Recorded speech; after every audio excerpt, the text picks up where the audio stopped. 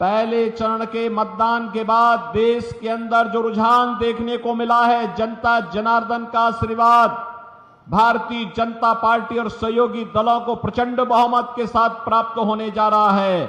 और इसीलिए मैं आपका आह्वान करने जा रहा हूं कि देश की जो आवाज है वह आवाज है फिर एक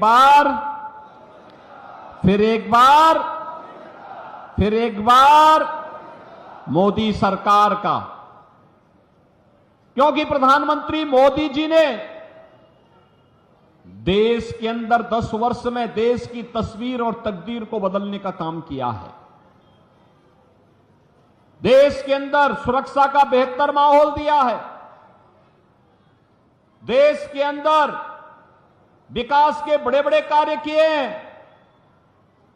गरीब कल्याणकारी योजनाओं की एक लंबी श्रृंखला दी है।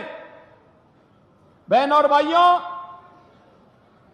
याद करिए 2014 के पहले देश के अंदर आतंकी वारदात होती थी, बम विस्फोट होते थे, असुरक्षा का वातावरण था, लोग भयभीत रहते थे।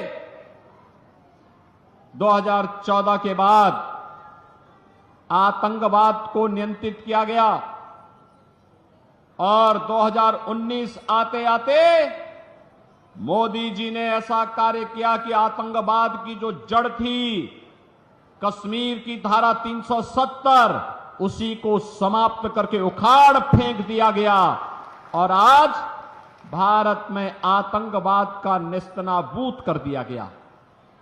बहनों और भाइयों, अब तो कहीं पे जोर से पटाखे का धमाका होता है तो पाकिस्तान सफाई देता है कि नहीं नहीं हमारा हाथ नहीं है, क्योंकि पाकिस्तान को डर है अगर गलती से भी भारत के अंदर आतंकी घटना को अंजाम दिया और किसी निर्दोष नागरिक की जान गई तो लेने के देने पड़ जाएंगे। बहनों और भाइयों, बिनु भय होई न प्रीति, यही है आज देश का दुश्मन भी भारत की ताकत का एहसास कर रहा है। ये किसके कारण? ये किसके कारण? मोदी जी के कारण, कांग्रेस के कारण नहीं। कांग्रेस के समय में तो आतंकी वारदात होती थी, एक कानों में तेल डाल करके चुपचाप सो जाते थे, आंखों में चश्मा लगा करके ये लोग चुपचाप अनदेखी कर देते थे। कहते थे हम देख रहे हैं, देखेंगे। अनदेखी करते हुए भी कहते थे कि हम देख रहे हैं, देखेंगे, और आतंकी अपनी वारदात को आगे बढ़ाता था। और समाजवादी पार्टी तो उससे भी 2 कदम आगे बढ़ गई। इतनी बेशर्मी की इन्होंने, इतनी बेशर्मी की कि जिन लोगों ने अयोध्या में राम जन्मभूमि पर हमला किया था, जिन लोगों ने काशी में संकट मोचन मंदिर पर हमला किया था, उन आतंकवादियों के मुकदमों को समाजवादी पार्टी ने वापस लेने का दुस्साहस किया था। तो हम धन्यवाद देना चाहेंगे न्यायपालिका को कि इन्होंने समाजवादी पार्टी की इस मंशा को पूरा नहीं होने दिया। और उस समय कोर्ट ने तीखी टिप्पणी की थी समाजवादी पार्टी पर, समाजवादी पार्टी की सरकार पर। कहा था आज आतंकवादियों के मुकदमे वापस ले रहे हो और कल बड़ी बेशर्मी के साथ इन्हें पद्म पुरस्कार से नवाज करके देश की जनता की सुरक्षा के साथ खिलवाड़ करोगे, ये नहीं होने देगी न्यायपालिका। बहनों और भाइयों, ये लोग देश की सुरक्षा की क्या बात करेंगे? कौन सी सुरक्षा की लोग बात करना चाहते हैं? और यही बात विकास की मैं करना चाहता हूं। बहनों और भाइयों, हाईवे कैसे बनने चाहिए, अमरोहा से ज्यादा कौन जान सकता है? अमरोहा से दिल्ली की दूरी है मात्र 165 किलोमीटर और 14 के पहले 165 किलोमीटर की दूरी को तय करने में लगते थे 5 घंटे। मोदी जी के नेतृत्व में जब सरकार आई, आज यही दूरी मात्र 2 घंटे में तय होती है, मात्र 2 घंटे में। कांग्रेस आपके समय की कीमत को नहीं समझती थी। कांग्रेस आपकी सुविधा को नहीं समझती थी। कांग्रेस न रेलवे का विकास कर पाई, न हाईवे का विकास कर पाई, और आज तो हम अमरोहा जनपद को गंगा एक्सप्रेसवे के साथ जोड़ रहे हैं। अब दिल्ली जाना होगा तो 1.5 घंटे में, और लखनऊ जाना होगा तो 4 घंटे में, प्रयागराज जाना होगा तो 6 घंटे में आप प्रयागराज की दूरी भी पूरा कर सकते हैं। बहनों और भाइयों, गंगा एक्सप्रेसवे की एक सौगात भी इस जनपद को प्राप्त हो रही है। रेलवे हो या हाईवे, एक्सप्रेसवे हो या फिर हर घर नल की योजना, 1 डिस्ट्रिक्ट 1 मेडिकल कॉलेज की बात हो, या देश के अंदर वर्ल्ड क्लास जो सुविधाएं हैं, इन सभी को आगे बढ़ाने के लिए किस हद तक कार्य हुए हैं, आज ये अभिनंदनीय है। देख सकते हैं विकास आज बोल रहा है, ये सभी मोदी जी के कारण। और गरीब कल्याणकारी योजनाओं की बात तो क्या करना। कांग्रेस ने 1970 में नारा दिया था गरीबी हटाओ का, गरीबी हटाओ। बहनों और भाइयों, गरीबी तो नहीं हटी। हां, एक परिवार को देश के संसाधनों को लूटने की पूरी छूट मिल गई थी, पूरी छूट मिल गई थी। चाहे वह परिवार दिल्ली में रहा हो, चाहे वह परिवार सफाई का रहा हो, ये लूटते थे, अराजकता फैलाते थे। और डॉक्टर मनमोहन सिंह जी ने तो जब प्रधानमंत्री थे उस समय उन्होंने क्या कहा था? उन्होंने कहा था कि देश के संसाधनों पर पहला अधिकार मुसलमानों का है, तो हमारा दलित कहां जाएगा, पिछड़ा कहां जाएगा, एक खड़गवंशी कहां जाएगा, पाल कहां जाएगा, सैनिक कहां जाएगा, गरीब कहां जाएगा, किसान कहां जाएगा, माताएं और बहनें कहां जाएंगी, नौजवान कहां जाएंगे। देश के अंदर कांग्रेस जाति के नाम पर, क्षेत्र के नाम पर, भाषा के नाम पर बांटती रही। गरीब भूखों मरता रहा, किसान आत्महत्या करता रहा, नौजवान पलायन करता रहा। और एक कांग्रेसी और उनके सहयोगी दलों को आज जो इंडी गठबंधन के रूप में आपके पास आए हैं, बहनों और भाइयों, ये देश के साथ गद्दारी किए हैं और फिर गद्दारी करने के लिए अपने झूठे घोषणा पत्र के साथ आपके पास आए हैं। आज कांग्रेस का जो घोषणा पत्र है उसको आप देखेंगे, क्या कहते हैं? कहते हैं देश हमारी अगर सरकार बनी तो हम सरिया कानून लागू कर देंगे।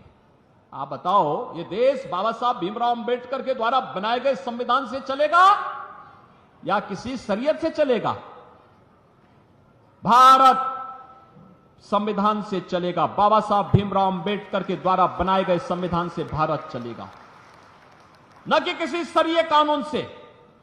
कांग्रेस के लोग अपने घोषणा पत्र में इस बात की चर्चा करते हैं कि हम व्यक्तिगत कानून को लागू करेंगे, यानी शरिया कानून लागू करेंगे, क्योंकि मोदी जी ने 3 तलाक की प्रथा को रोक दिया, पूरी तरह रोक लगा दी, उस पर लगाम लगा दी।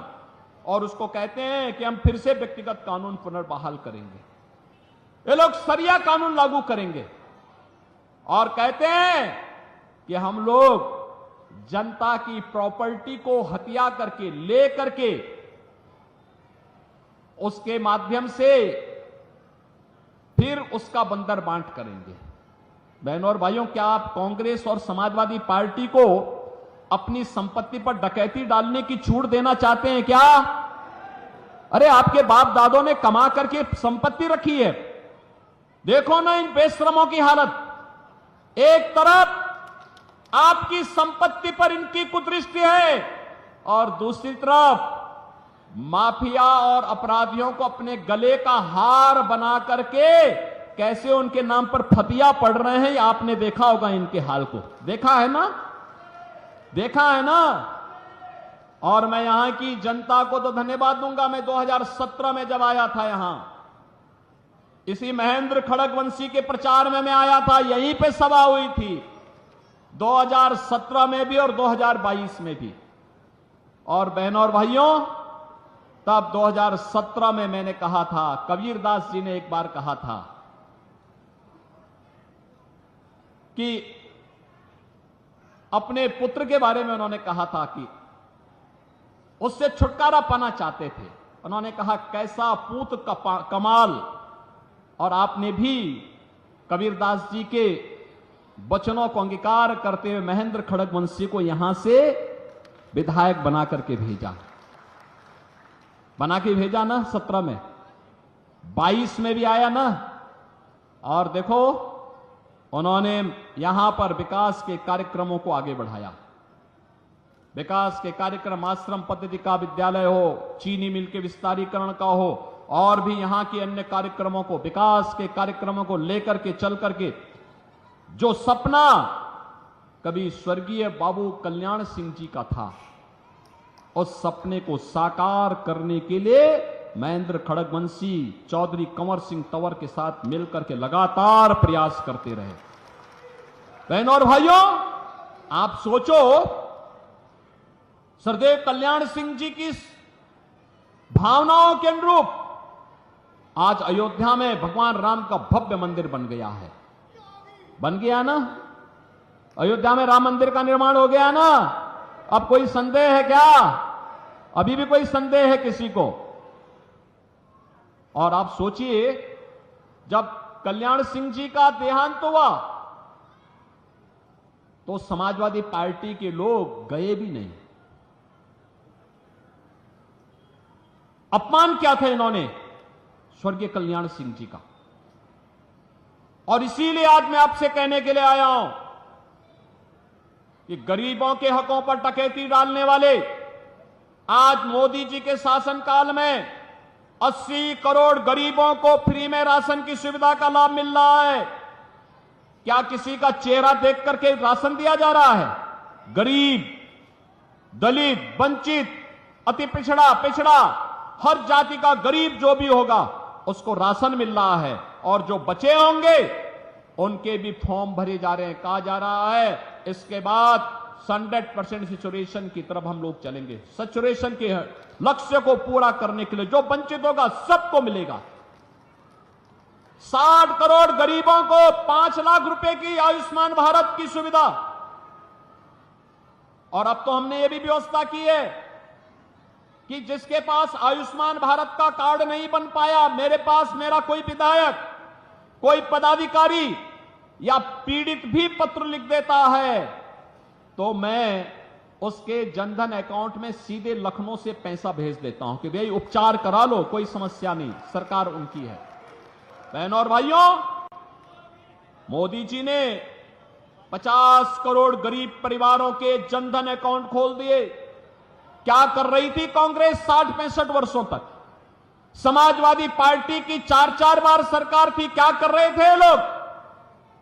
मोदी जी ने 12 करोड़ परिवारों के घर में शौचालय बना दिए। 10 करोड़ गरीब महिलाओं को, 10 करोड़ परिवारों को रसोई गैस का फ्री में कनेक्शन उपलब्ध करवा दिया। 12 करोड़ गरीबों के घर में शौचालय बना दिए गए। 4 करोड़ गरीबों के मकान बनाए गए और कहा है भी 3 करोड़ और लोगों को मकान देंगे। 3 करोड़ अगले 5 वर्ष में 3 करोड़ अन्य लोगों को। 3 करोड़ का मतलब 300 लाख।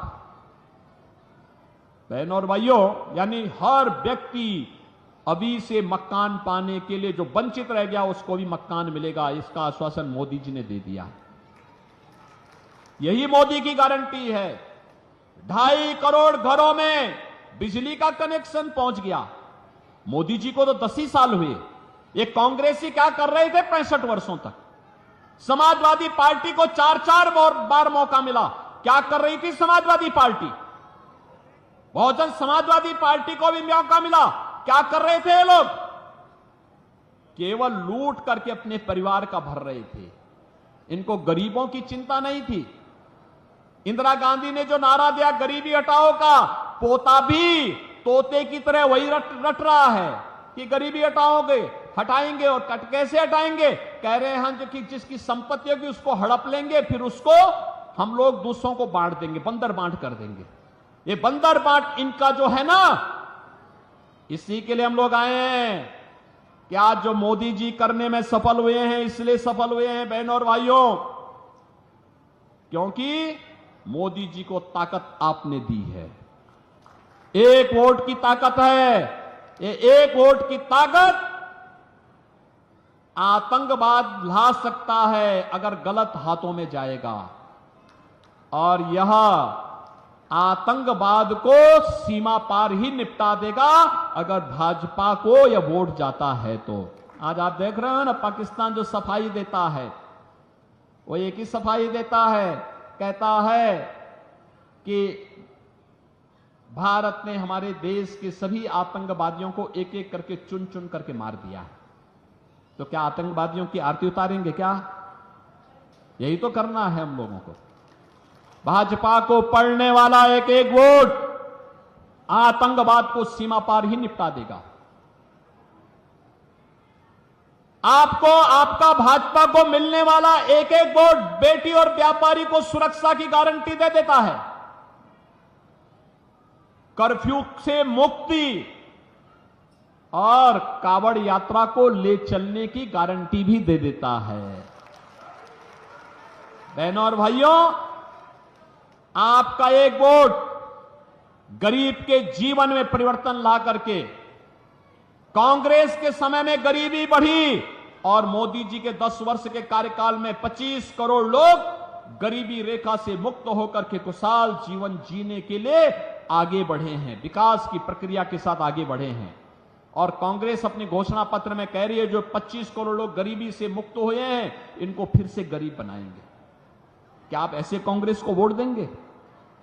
और तो और, पिछली बार जो धोखा हुआ, आपने जिस व्यक्ति को सांसद चुना वह व्यक्ति तो भारत माता की जय भी नहीं बोलता, और पिछली बार किस चुनाव चिन्ह पे आया था, इस बार फिर दूसरे चुनाव चिन्ह पे आ गया। ये हमेशा, पहले उसने हाथी का सहारा लिया और जब यहां पूरा चर खा लिया है तो अब वह हाथ का सहारा लेकर के जबरदस्ती यहां के संसाधनों को लूटने का प्रयास कर रहा है। और बेशर्मी की हद देखो, देश की संसद में भारत माता की जय करने से भागता है, कहता नहीं हम नहीं बोलेंगे। आप मुझे बताओ, क्या उसको वोट जाना चाहिए? क्या वोट जाना चाहिए? क्या जो भारत माता की जय न बोल सके, क्या उसको वोट जाना चाहिए? क्या रहेंगे भारत में, खाएंगे भारत में और भारत माता की जय जयकार नहीं करेंगे? ये कैसे चल सकता है? क्या आप स्वीकार करेंगे? ये भारत के लोकतंत्र को कमजोर करने की साजिश का हिस्सा है, आपके संसाधनों पर डकैती डालने का हिस्सा है, आपकी सुरक्षा में सेंध लगाने की साजिश का हिस्सा है। और इसीलिए हम लोग आए हैं कि बहनों और भाइयों, जो लोग देश के साथ गद्दारी कर रहे हैं, गरीबों के हकों पर डकैती डालने का काम किए हैं, जिन लोगों ने आपकी सुरक्षा में सेंध लगाया है, बेटी और व्यापारी को सुरक्षा दी है, उन सबको चुनाव में खारिज करिए, एकदम एक सिरे से खारिज करिए, क्योंकि सुरक्षा में सेंध लगाने वाले ये आपके लिए खतरनाक हैं, क्योंकि जीवन तो आपका है। भारत माता को जयकार नहीं कर सकते तो देश तो आपका है और वोट भी आपका है। इसलिए बहनों और भाइयों, अपने सुरक्षित जीवन के लिए, उज्जवल भविष्य के लिए, भारत माता को दुनिया की सबसे बड़ी ताकत बनाने के लिए फिर से मोदी जी देश के प्रधानमंत्री बनने आवश्यक हैं। और जो भारत की प्रगति चाहते हैं, भारत की समृद्धि चाहते हैं, वे सभी लोग मोदी जी के समर्थन में हैं, सभी लोग समर्थन में हैं। आप भी यहां से चौधरी कंवर सिंह तंवर को पड़ने वाला एक एक वोट, एक एक वोट, बहनों और भाइयों, या एक एक वोट मोदी जी को पड़ेगा और विकसित भारत के लिए पड़ेगा। आप सहमत हैं? सहमत हैं? चौधरी कंवर सिंह तंवर को पड़ने वाला कमल चुनाव चिन्ह पर एक एक वोट मोदी जी के खाते में जाएगा। और विकसित भारत की आधारशिला बनेगा। आप भी सहमत हैं इससे? हमारा देश समृद्ध होना चाहिए, हमारा देश मजबूत होना चाहिए, हमारा देश सशक्त होना चाहिए, आतंकवाद से मुक्त होना चाहिए, हमारा देश किसी भी प्रकार की अराजकता से मुक्त होना चाहिए। सब सहमत है ना? तो 26 अप्रैल को पहला काम मतदान, पहला काम। और आपको 2 दिन का समय और प्रचार के लिए मिल रहा है। इस दौरान घर घर जाकर के बोलेंगे हनुमान जयंती है, और हनुमान जी के आराध्य प्रभु राम को अयोध्या में विराजमान कराने का काम भी मोदी जी ने किया है। तो बोलेंगे जो राम को लाए हैं, क्या बोलेंगे? जो राम को लाए हैं हम उनको लाएंगे, बोलेंगे ना? सभी सहमत हैं ना? और कमल खिलाएंगे, ये भी बोलेंगे ना? सभी लोग सहमत हैं? तो चौधरी कंवर सिंह तंवर भारी बहुमत से विजयी बनकर के जाएंगे।